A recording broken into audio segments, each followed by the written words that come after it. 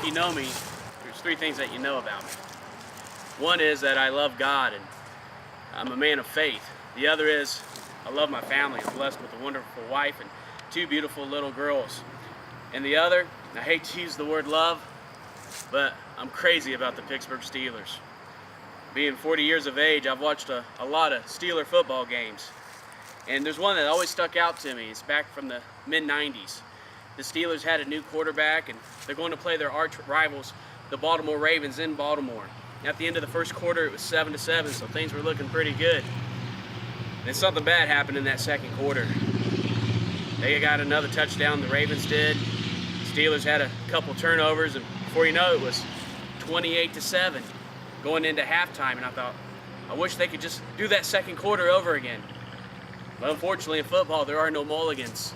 In life, there's no mulligans. There's a lot of people that are facing great odds against them.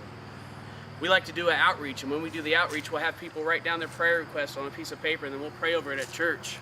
And as we pray, some of them will be, pray for my children that they have a safe environment. Pray for my husband, pray for my wife. My mother just passed away, would you keep me in your prayer? Another one was that a woman, her husband was leaving and she had children to take care of and was going to be a single parent, and she wanted prayer for that.